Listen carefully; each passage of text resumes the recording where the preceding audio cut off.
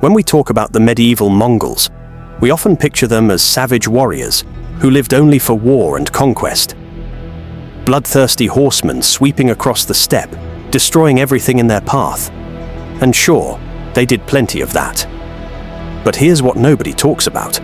When the Mongols weren't busy conquering half the known world, they were having an absolute blast. And I mean that literally. Their idea of fun involved activities so dangerous that modern extreme sports look like children's games by comparison. So if you think you know what entertainment looked like in the Middle Ages, think again. Hit that like button, smash subscribe, and let's dive into some serious Mongol madness.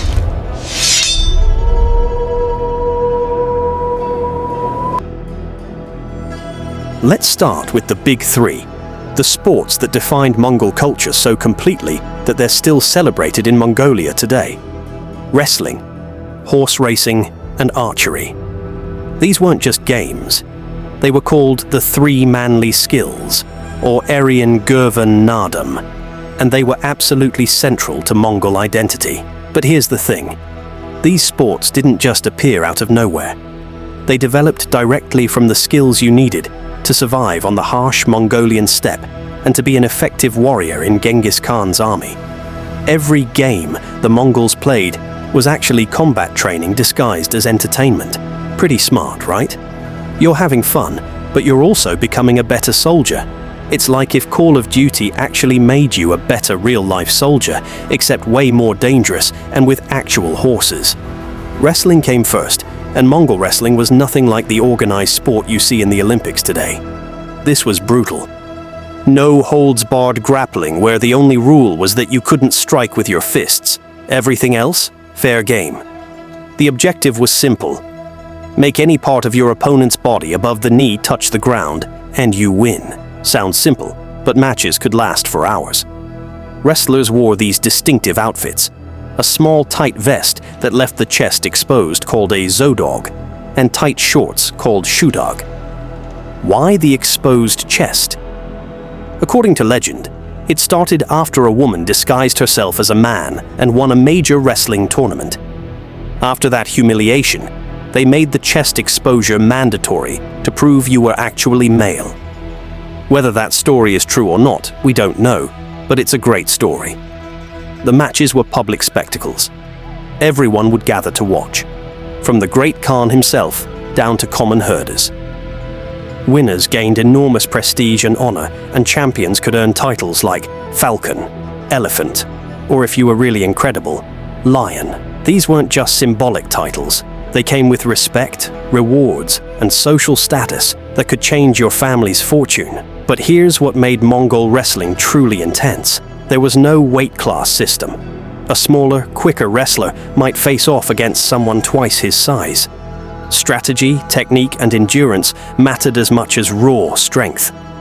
And because matches had no time limit, wrestlers needed incredible stamina. You weren't just fighting your opponent.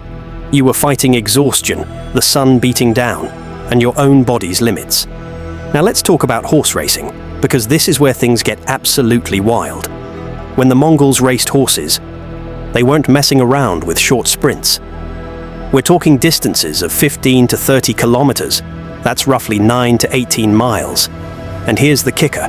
The jockeys were children, usually between ages 5 and 13. Why?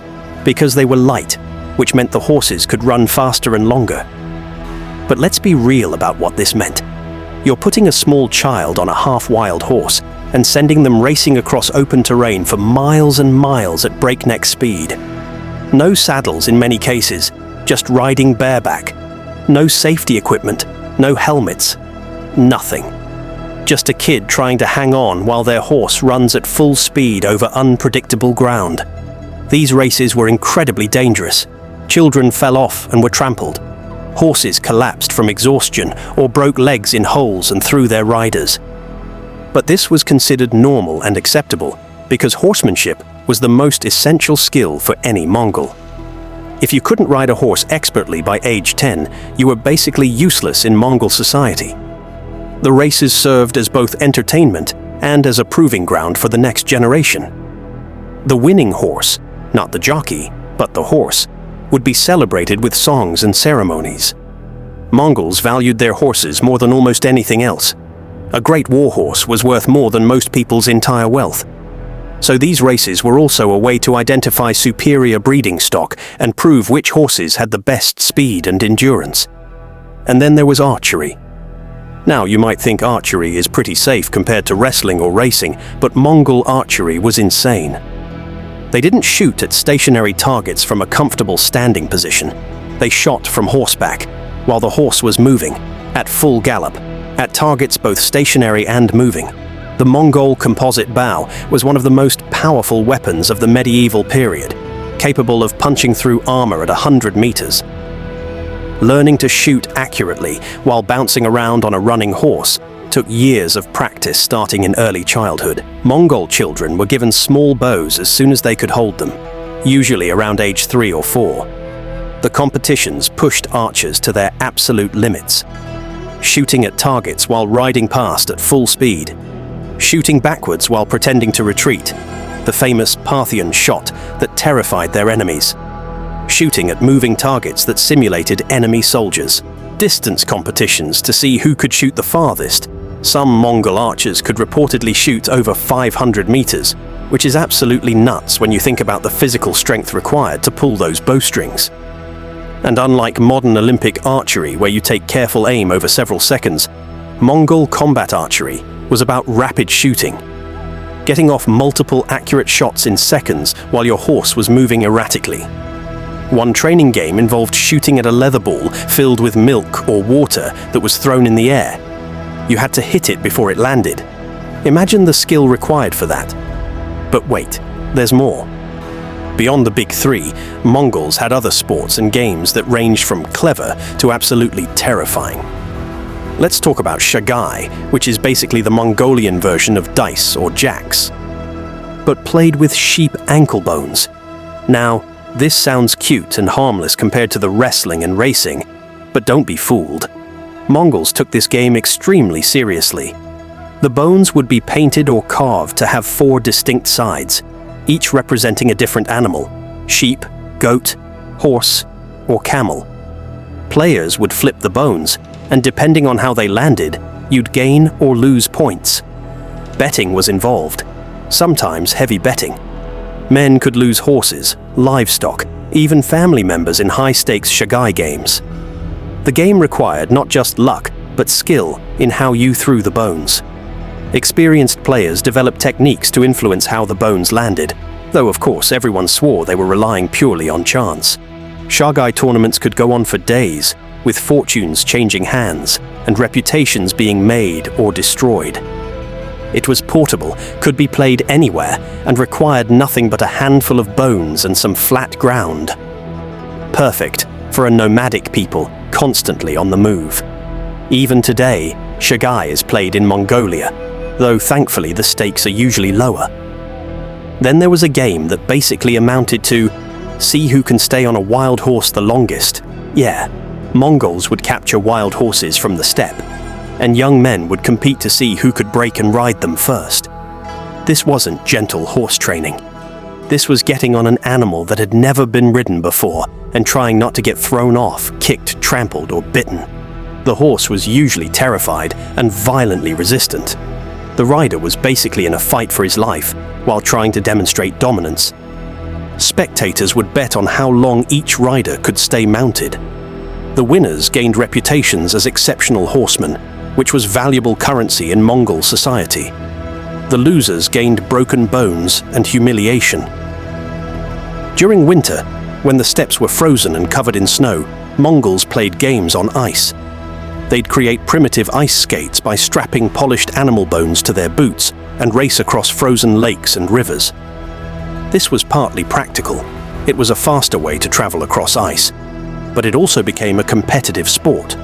They'd race, play tag, and engage in a sort of ice hockey using sticks and a leather ball or piece of wood. Again, no safety equipment. Just people sliding across ice at high speeds with zero protection, occasionally crashing into each other or hitting holes in the ice and plunging into freezing water. Good times. Hunting was another major form of entertainment. But Mongol hunting wasn't like European nobles chasing deer through forests. Mongol hunts were massive military operations. The Great Khan would organize hunts called nerj that involved thousands of warriors forming a huge circle that could be 60 miles in diameter. Over days or weeks, this circle would slowly close, driving all the game animals, deer, wolves, bears, whatever, into the center. Then the slaughter would begin, with warriors competing to see who could kill the most or the biggest game. These weren't just for fun, they were military training exercises that taught coordination, communication, and strategy on a massive scale. But they were also intensely competitive, with warriors trying to outdo each other in displays of courage and skill. Eagle hunting deserves special mention because it's one of the most spectacular and dangerous forms of hunting the Mongols practiced. Hunters would capture and train golden eagles, massive birds with 7-foot wingspans and talons that could crush bones, to hunt wolves, foxes, and other prey. Training an eagle took years and created a bond between hunter and bird. During the hunt, the eagle would be released from horseback to chase down prey, sometimes attacking wolves that outweighed the bird 3-to-1. Watching a golden eagle dive from the sky at 60 miles per hour and strike a running wolf was apparently the ultimate spectacle. Eagle hunters had enormous prestige in Mongol society, and their birds were worth fortunes. Music and storytelling were also major forms of entertainment, though these were less physically dangerous. Usually, Mongols had a tradition of epic poetry and song that would be performed during gatherings, especially during long winter nights when outdoor activities were impossible. The most skilled performers could recite epic tales that went on for hours, telling stories of legendary heroes, great battles, and mythical creatures. These performances weren't just entertainment. They were how history and culture were transmitted from generation to generation in a largely non-literate society. The best storytellers were celebrities who traveled from camp to camp and were welcomed with great honor. They also had throat singing, that distinctive Mongolian vocal technique where a singer produces multiple pitches simultaneously, creating an otherworldly, haunting sound. This took years to master and was considered both an art form and a spiritual practice. Performances could induce trance-like states in listeners. It was entertainment, but it was also deeply connected to their shamanic spiritual beliefs. And finally, let's not forget that drinking was absolutely a form of Mongol entertainment. Airag, that fermented mare's milk we've mentioned in other videos, wasn't just consumed for hydration and nutrition. It was mildly alcoholic, and Mongols drank it socially in enormous quantities. Drinking competitions were common, where men would compete to see who could consume the most without passing out or getting sick. This was considered a test of constitution and manliness. The fact that airag could cause serious digestive issues for people not raised on it just made the competitions more challenging. Mongol feasts could go on for days, with continuous drinking, eating, wrestling, music, and storytelling all happening simultaneously. So here's what's absolutely wild about all of this. Everything the Mongols did for fun prepared them for war. Wrestling built hand-to-hand combat skills. Horse racing created expert riders. Archery competitions made them deadly accurate shooters. Hunting taught strategy and coordination. Even drinking competitions built tolerance for hardship and physical stress. There was no separation between entertainment and military training. Fun and deadly serious preparation were the same thing. That's part of why the Mongols were so terrifyingly effective as warriors. They'd been training their entire lives without even thinking of it as training. It was just what you did for entertainment.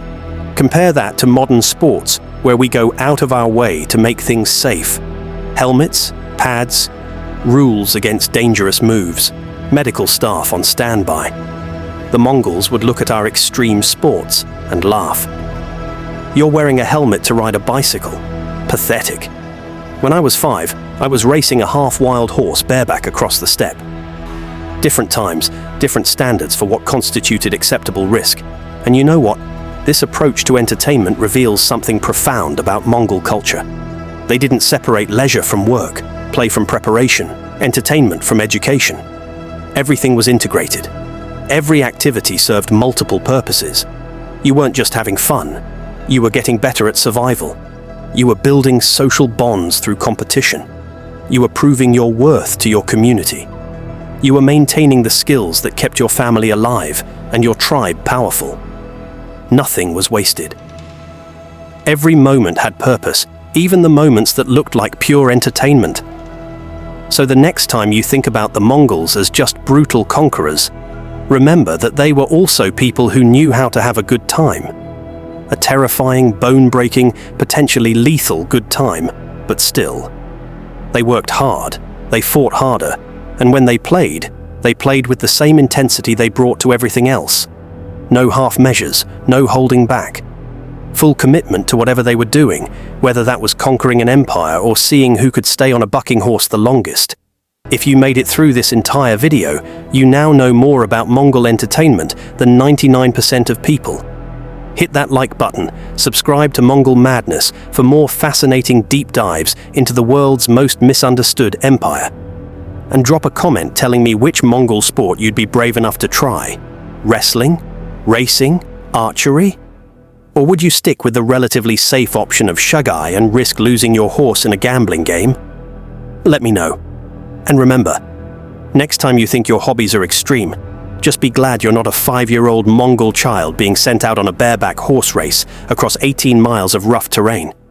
See you in the next one.